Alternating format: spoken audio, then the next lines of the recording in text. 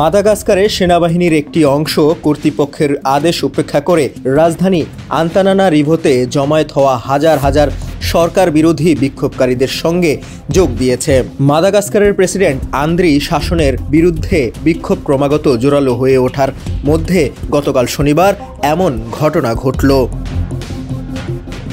আল জাজিরার এক প্রতিবেদনে বলা হয়েছে, বিদ্যুৎ ও পানির সংকটকে কেন্দ্র করে গত 25 সেপ্টেম্বর থেকে মাদাগাস্কারে সরকার বিরোধী বিক্ষোভ চলছে। গতকাল তরুণদের নেতৃত্বাধীন বিক্ষোভকারীরা প্রথমবারের মতো মাদাগাস্কারের রাজধানী শহরের মে 13 চত্বরে প্রবেশ করেন। চলমান বিক্ষোভে এ পর্যন্ত সবচেয়ে বড় জমায়েতগুলোর একটি এটি। সম্প্রতি কেনিয়া ও নেপালে হওয়া সরকার বিরোধী বিক্ষোভের অনুপ্রেরণায় ভারত মহাসাগরের দ্বীপ রাষ্ট্রটিতে এমন বিক্ষোভ হচ্ছে। কেনিয়া ও নেপালের এই বিক্ষোভকে জেনজি বিক্ষোভ হিসেবে পরিচিত।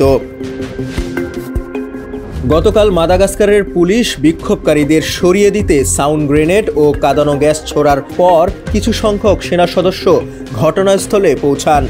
বিক্ষোভকারীরা তখন তাদের স্বাগত জানান এবং উল্লাস প্রকাশ করেন। এর আগে আন্তানানারিভো শহরের উপকণ্ঠে অবস্থিত একটি সেনা ব্যারাকে সেনা সদস্যদের মধ্যে একটি বৈঠক হয়। ওই সময় মাদাগাস্কারের সেনাবাহিনীর বিশেষ ইউনিট CAPSTর সেনা সদস্যদের প্রেসিডেন্টের পদত্যাগ চেয়ে বিক্ষোভকারীদের করা দাবির সঙ্গে সংহতি প্রকাশের আবেদন জানান, যা বিরল ঘটনা। কারণ 2009 সালে রাজো ইয়েলেনিয়ার উত্থানের ক্ষেত্রে এই CAPST ইউনিটের মুখ্য ভূমিকা ছিল। সোয়ানিয়ারানা অঞ্চলের একটি ঘাঁটির সেনা সদস্যরা সামাজিক যোগাযোগ মাধ্যমে একটি ভিডিও বার্তা পোস্ট করেন।